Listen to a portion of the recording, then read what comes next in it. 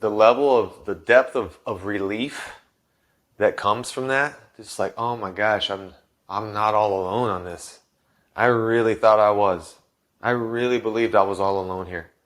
And to know that that's not the case in that moment, and that it will no longer be the case moving forward, is one of the greatest experiences I've ever felt as an entrepreneur.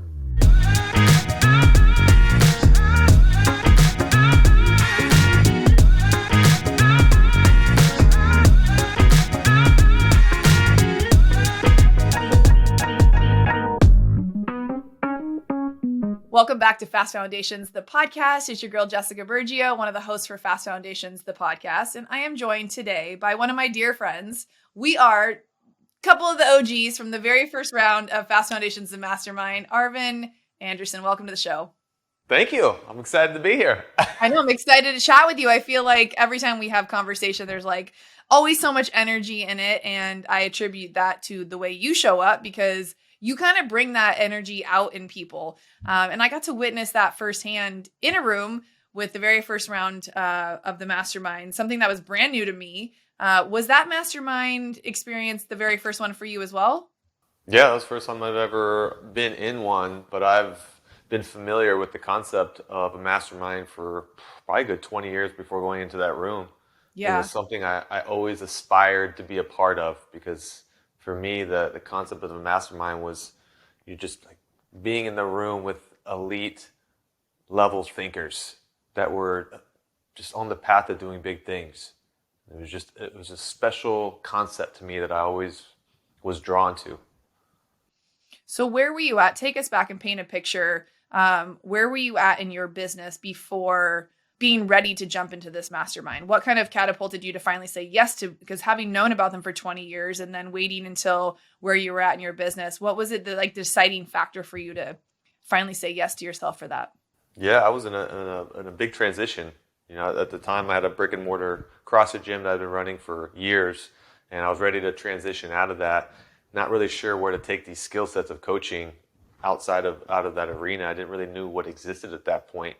And I just started to learn about the online space, and at the time, mastermind started to show up for the first time in my life. I'd heard the concept, but I've never seen a room become available before.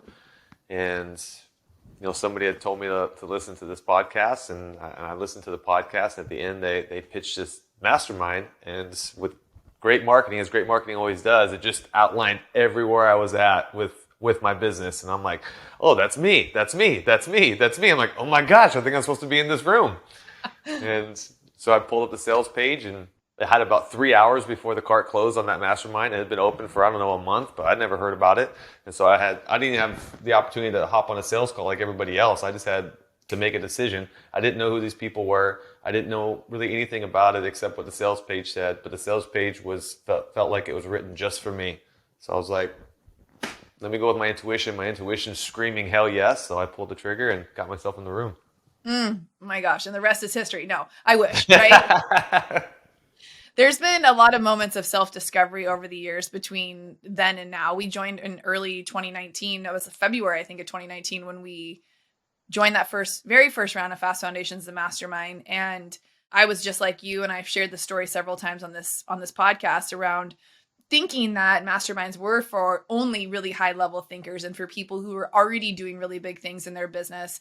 And I hadn't seen one that spoke to the early stage, quote unquote, accidental entrepreneur. That was the tagline that sold me. I didn't even need to read the rest of the sales page. I was like, oh, I'm an accidental entrepreneur. Like, I got into entrepreneurship not because I said, fuck it, I don't want to work for anybody. I just kind of fell into it with the industry I was in. Kind of similar probably to you, like with the gym.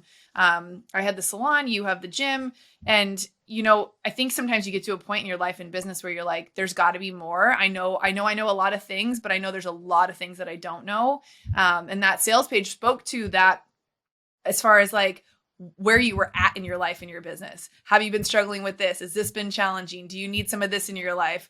And it was like a hell yes for me too. It was like a full body. Everybody I talk to that's joined, generally it's like a visceral, like, oh shit, yeah, this is it. This is the thing. Yeah, absolutely. And in that moment, it was just the moment of decision. It's like making a bet on yourself, right? That's what it was. And for me, my mantra is when push comes to shove, at the end of the day, if the only bet left to make is on myself, I make that bet 100% of the time. I love that. Okay, so we have the gym. We're at the gym point. You've joined the mastermind. You get in the room. Give me your take on your first experience, moments as you walked into the room. You're around all these people.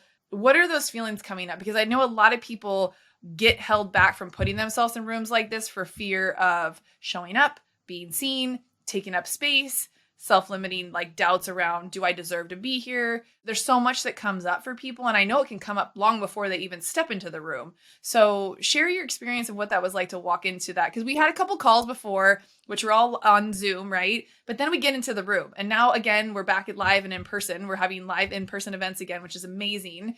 But I know that kind of holds people back because you can see the numbers of commitment. People, when it's just Zoom, there's a lot more people that are willing to show up. Because I think, we can kind of hide behind our screen, make it fit in our pockets of time. But when you're forced to be in person, it's a totally different experience. Yeah, it's a terrifying experience. It's terrifying and thrilling at the same time. Okay, good.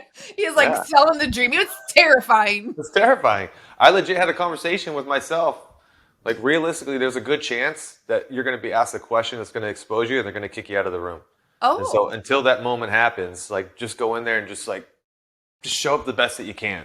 But at some point, you're going to be exposed that you don't belong here. Like, that was just kind of my belief walking in.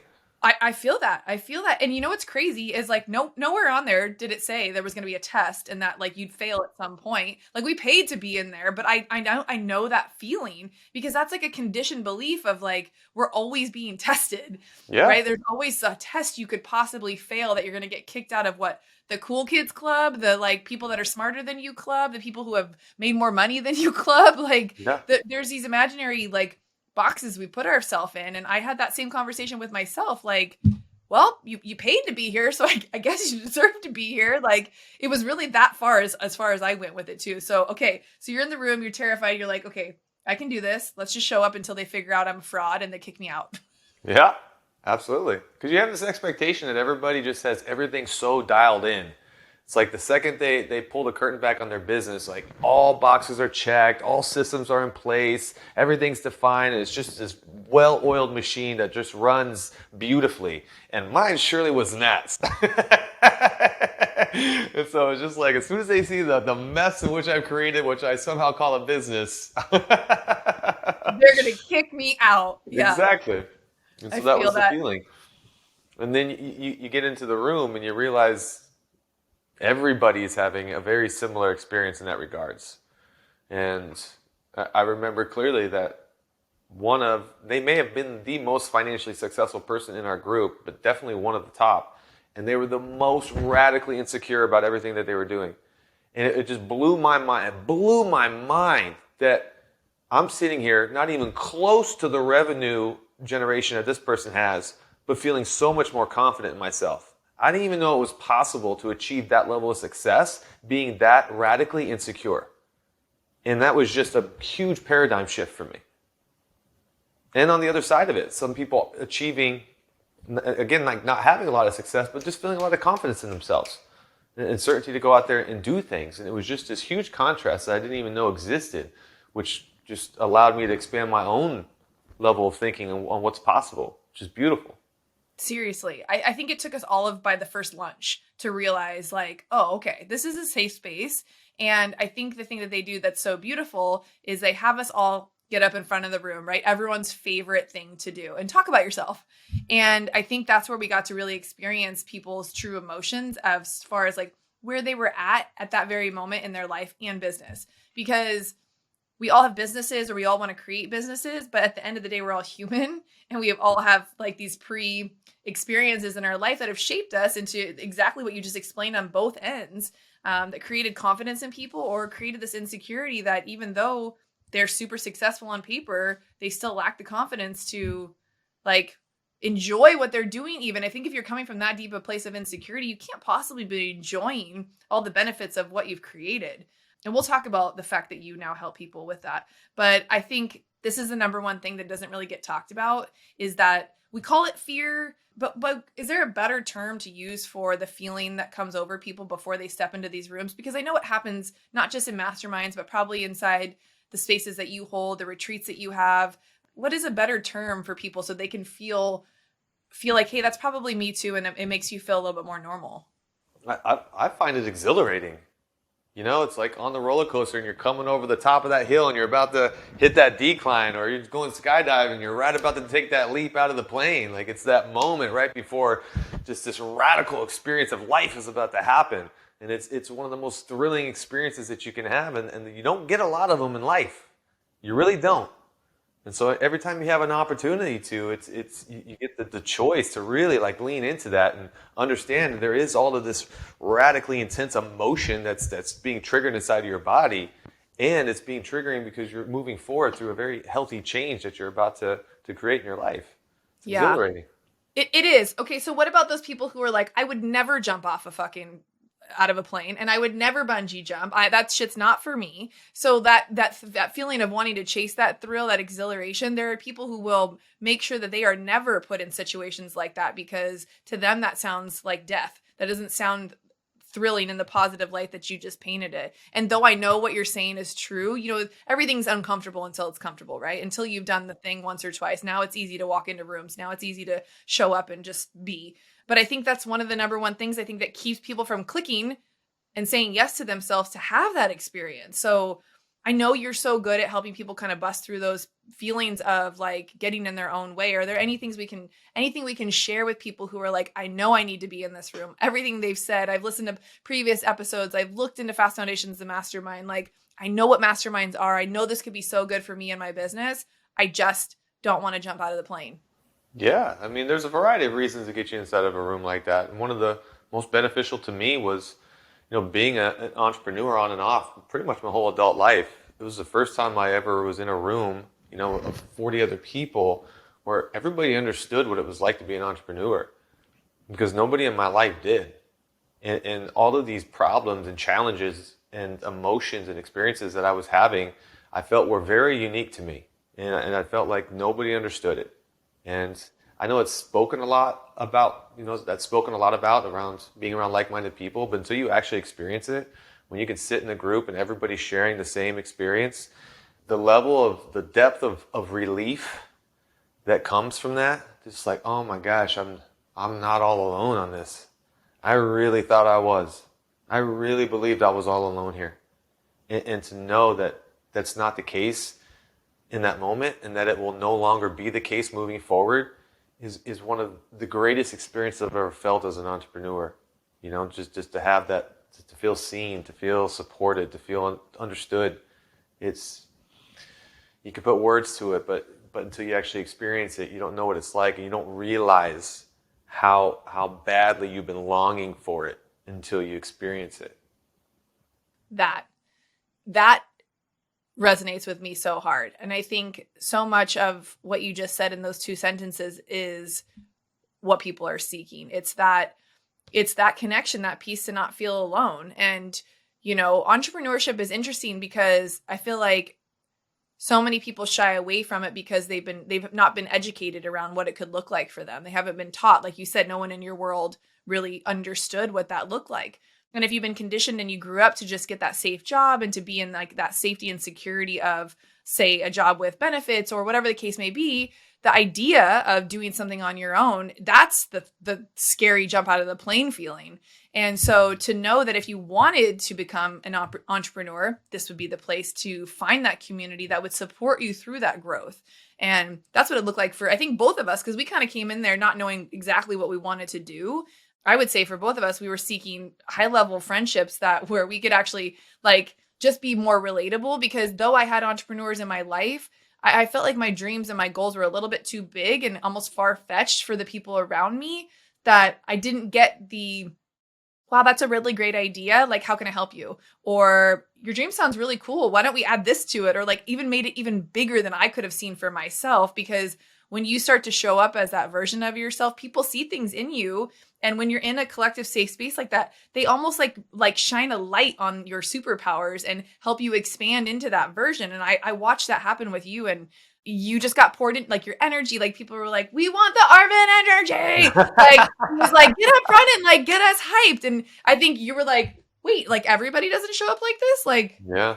this is my superpower. Like, who knew? This is just me. And that happened to so many people. We had Alex Street on the podcast a few episodes ago sharing how he became a story coach. And he was like, wait, not everybody can just get up and talk on a microphone. And we were like, no, Alex, no, we can't. Like, teach us how you do that. And so he discovered his superpower, and so many other people we saw discover like what they were really good at. And one thing for me, I had a mentor before I joined the mastermind say to me, what, why did you join? Like just wanted to know my reasoning. And I'm like, I just know there's so many things I don't know. And he said to me, you're going to realize how much you actually do know when you get there. And that was so powerful because, like how we were just describing how we felt walking into that room, we think we're not the smartest in the room. We think we don't know much. We think we have nothing to bring to the table. And often you can find your confidence in rooms like this when you remember or rediscover the things that you already innately know. Like if you have superpowers or if you are good at things naturally, it's a place where you can really develop those skills, like you being able to step into this full confidence and be able to then teach people how to show up confidently and get clarity on where they want to go with their life and how to be consistent. It's so cool. Like, it's just like magical. And I swear, like getting to do this podcast lets me relive those moments of watching everybody like come to light, like step into their like highest self. And watching over the last couple of years, we've had over 350 people go through this mastermind. It's everyone has a positive takeaway. It's all just a matter of like where you are and how much you're willing to play full out. And we talk a lot about that. So can we dive into what that looks like? Because, out of, let's say, the 45 people that were in our first round, not everybody created something with that. And I think that has a lot to do with how they show up, right? Yeah, that almost always has to do with psychology and skill set. But pretty much everybody in there had a skill set that they can monetize. Yep. There's a lot of people in this space that come into it not realizing how much skill needs to be developed to be able to achieve success. But pretty much everybody in that room had a legitimate expertise that could be monetized. And so they had what they needed to move forward. But the psychology piece comes into play, right? Like every step forward, there's a fear around it. There's a fear of judgment. There's a fear of failure. All this stuff that comes with it. And it's just constant, edgy work that needs to be done, which is why putting yourself in the room is so important. But you also have to have the responsibility to engage with the room. Yeah. Right? Like just because you're in it doesn't mean you're showing up in it. You can still get into a room and hide. And so sometimes people think just making the investment, that's all they need to do. No, that gets you in the room. But once you're in the room, that's your opportunity to expand, to be vulnerable, to share what's really going on so that you can be supportive. And that's supported. And that's the scary part. But when you can do that, that's when people are going to connect with you the most. And that's when you're going to get the most growth because you're opening up about the reasons why you chose to be in the room in the first place. Mm. Yeah. I agree. So talk us through your experience. So you were with us for those 5-6 months. We did the first round. Can you share some of so we had the gym, we had the mastermind. Had you sold the gym at that point when you joined? No, I was terrified to. Like I was so ready to let it go, but at the time I didn't have clear vision on what I was going to do next. I didn't know how to let go of something that had been such a huge part of my life for the last 7 years. I was just scared to make that decision. And being in that room, we had conversations around that. Like, what's the one thing that's taking the most energy out of you right now? I'm just like, my gym, 100%. It's like, well, you need to let it go. And it's just being able to be in that conversation with abundant-minded people that just normalized decisions like that normalized what the experience of transitioning into something new is, allowed me to feel supported to take that leap. And when I went home, and I think 2 days after I got back, I did a 30-day notice to all my members, like, this is it, we're closing. And I immediately just made that decision, a decision that I've been trying to make for the last 2 years of my life. Wow. But I was all alone trying to figure out how to do that. I didn't know how, and I didn't have the courage to do it. But just being in that room and allowing myself to be seen, seeing myself through other people's eyes, and just allowing myself to be supported enabled me to pull the trigger on a decision that I really needed to make in my life. And it just set off a domino effect of radical change that happened over the next year. That was the most incredible year of my life because I chose to put myself in that room. When I tell you, you guys, the most radical year, like I I didn't get to rip the Band-Aid off like Arvin did. And watching what you allowed yourself to explore and lean into and challenge yourself to do was like A, impressive, and B, like so motivating and inspiring, because you ripped the Band-Aid off, you got rid of the gym, you sold everything almost, and then moved to San Diego for a little bit. And then you were on your merry way, just learning and discovering like how you wanted to show up and what felt good for you. And then you had an incredible opportunity. Will you talk us through what opportunity came your way that helped you really kind of propel forward and get you where you are now? Yeah, absolutely. Because I was in a room like that, being around people that were thinking bigger, that were being consistent in the things that they need to do, a lot of skill development was happening along with the evolution of my own psychology.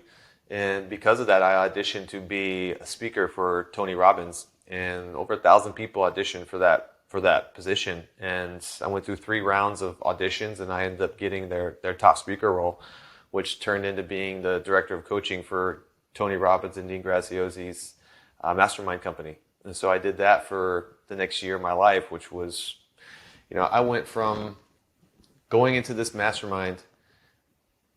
I had been coaching for 7 years up to that point. I've been coaching CrossFit for 7 years at a brick and mortar, trying to transition into the online space, learning the skills around that, but also having the skill set of coaching. And a year later, I'm the director of coaching for Mastermind. I'm running a $7 million coaching program. I'm coaching hundreds of people in this program. I'm facilitating trainings to our 20,000 person audience. And I'm sharing a stage with Dean and Tony on a consistent basis over the whole year. And it was mind blowing. Everybody says it's crazy what can happen in a year. Like, that was literally my experience. I went from where I felt like I had nothing to running coaching programs for the biggest program in the world. Mastermind.com. That's why I don't even say now. Like, it still now doesn't even feel real. You know what I mean? I'm like, did that really happen? Yeah, fucking did happen. We all watched it like, what the fuck? Yeah. That was some next level shit. And that's why, like, it's funny because I've seen you a couple times since, like, you've moved on and you're doing your own thing again now. And I'm just like, you're so casual about stuff. You're like, yeah. But like, I'm glad we got a little energy, because I feel like that was a big fucking deal. And I think a lot of times, like most entrepreneurs, we don't stop to celebrate some of the biggest wins or small wins that we have. That's why I'm still carrying on Jackie's Fuck Yeah Friday inside the group, because it's like every little win, the fact that you even auditioned, you even put your name in the hat for that, and then got through all of that and then stepped into that space and did your thing. Like, that's huge. I mean, congratulations on all of that. All of us have been cheering from afar, but how great did it feel to have a community of people that knew you before that too? And then to see you step into that, like, it's that level of support that maybe even though you didn't talk to everybody on a regular basis, you knew you had it, or if you needed it, you could lean on that. Yeah. I mean, it was like a 2-part sequence that happened, because being in the mastermind, we were given this exercise to identify the 10 people, because proximity is power, right? So the 10 people that you would want to be around with, that you would want to be in their circle. And one of the people on my list, the top person on my list, was Kayla Kraft. And the next question was, what can you do to bring value to this person to get into her circle? Because she was operating on a much higher level than I was. There was nothing that I could bring. I couldn't bring her like expertise or money or anything like that. She already had all that stuff. And so she was hosting this event, and I reached out to her and asked her, like, can I help you out with your event? Can I offer my time and my energy to support you? I'll check people in, like, I'll clean up the room when everybody's gone, whatever you need. Like, I just want to be in the room with you and watch you do your thing. And she allowed me to do that. And this was a month before the live auditions for the speaker role. And because of that, she gave me stage time. She let me go on stage and speak for 20 minutes. And it was such a powerful experience for me, because I hadn't been speaking on stage in a while. And so I got this really powerful rep, and it just reminded me how good I can be on stage. And then 2 weeks after that, we had our last in-person meetup at Fast Foundations, and I got to share everybody the opportunity that was coming, and I just had this room full of support. And then I left that and went into the live auditions and then nailed it and got the position. And so it was just like being in that room was this ripple effect of all those things that was happening that prepared me for this monstrous opportunity that was coming my way. I remember I was in the room at Kayla Kraft's event. I remember that like it was yesterday, and you brought that natural Arvin energy. And, we talk a lot about what people pay for. And a lot of times they pay to be in your energy. They pay to absorb that energy. And you're one of those people that, I'm sure there's days where you don't want to show up so like, hypey, but it's just luckily that's your natural default, and you've developed tools and ways to get yourself into that state. And that's one of the things, like, my very first event that I hosted, my Beauty Insiders Brunches, which was that summer of 2019. Who did I call right before I had to speak? You. I was like, I got to call Arvin. I need some Arvin energy. Get me hyped. You talked me through it, and I had an amazing event. And then you were at my next one. And I think that's the power of community and connection, and getting in rooms like these masterminds, especially Fast Foundations, where you can really build that solid community, because it doesn't have to be lonely at the top. There doesn't have to be this stigma around entrepreneurship is lonely or whatever. There's always another level. So lonely at the top, what's the top? The top is your version. So make it not lonely, make friends, get in the rooms, pay to have your seat there, and watch the opportunities start to unfold for you, because each position that you put yourself in can lead you to things, like I said in the beginning, that you wouldn't even know. They wouldn't have even been on your mind, because you couldn't even think that big for yourself yet. Yeah. And so now what's going on currently in your world? You went through all that with Dean and Tony, you ran programs, you were doing all the coaching and teaching, and then something was calling you. What brought you through that? Talk us through that part where you kind of stopped with them and then decided you were going to go back doing your thing. Yeah. I mean, at the end of the day, it's the entrepreneurship mindset, right? I had the greatest opportunity anybody in our space could have, working for somebody else. And I loved it, and I had so much growth. And at the same time, it became clear for me, like, I want to be on my own path. I want to create my vision. I want to be the one making the decisions. I want to be the one taking on the responsibility. I want to take on the risk. I wanted that entrepreneurship experience.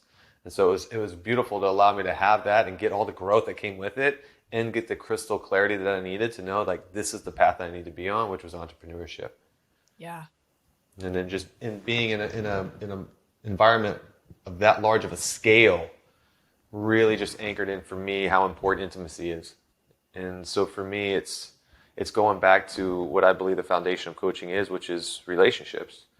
And for me, creating experiences that have a lot of depth, a lot of connection, a lot of support, a lot of frequency, that I build real meaningful relationships with the people that I work with, so that I can support them on all levels that are necessary for them to grow. And if I don't create enough trust in that relationship for them to open up to me about the hard things, then I can't serve them in the way that they need to be served in order for them to grow. And so it's my responsibility to create that kind of experience, to hold that space to where they feel safe to open up about those things, so that we can really get to the root of what's blocking them, so that we can create the path to where they're wanting to go. So good. And you're so good at that too. Like, you're so naturally gifted at helping people feel seen. Like, you just have an ability to hold space. And I know that probably comes from years of coaching in the gym. And, we know we have that relatability together. We know people come for what they think the outside version of themselves should be, but there's always deeper levels. And I think in the beauty industry and fitness, when people come in and they want to work with you, they tell you all the sorts of things, like that vulnerability piece is there, and it's intimacy. And it's, same, I've put my hands on people for the first time ever to do a haircut, and I now know a lot of things that maybe not a lot of people know. And so I think you were training for this for a really long time, and the mastermind opened the pathway and the ability for you to see, like, you have a bigger future to, take the training part out of it and really focus on the person. So it's been beautiful to watch your journey, and I think you're just getting started, to be honest. Like, honestly, I think your gifts are blossoming. And if you guys have the opportunity to be in Arvin's presence, you make sure you get yourself around him. He's on social media. How can people be more in your energy? You just follow me on Instagram, Arvin_Anderson. See, easy peasy. It is. I know you're the best. Any other takeaways you want to share about the mastermind experience that you had? I know we all have walked away with such great friendships. So that's like one of those things I hold near and dear. Yeah, and it was an insight given to me from the mastermind, is that people are at home starving for connection and experience. And these businesses that we're trying to build to bring in the money that we desire is so that we can create more connection and experience in our life. And if we can just make the decision to bring that into our life now, which is what we're working towards in the first place, that's what's going to enable us to create this all-encompassing, fulfilling experience that we're after. Like, start building the relationships now. Get into the room that creates experience, life experience, allowing yourself to experience a little bit of luxury that you don't normally treat yourself to, and get a taste of the good life, because it's really inspiring when you get a taste of that to go home and continue to find ways to recreate that. I love that. Ooh, so good. Let's just leave them with that. You guys, if you love this episode, please, it would mean the world if you could share it with somebody who also could get some value out of it. This podcast is for those of you thinking about joining in a mastermind, finding more support after you've gotten out of a mastermind, or if you're even just thinking about playing around with entrepreneurship. We're here to support you in that growth journey. And I'm sure if you're thinking about it, one of your friends is too. So sharing this gets this out to more people. And follow Arvin. I promise you, he's one of my favorite people. I can't get enough. And we will see you guys on the next episode of Fast Foundations, the podcast.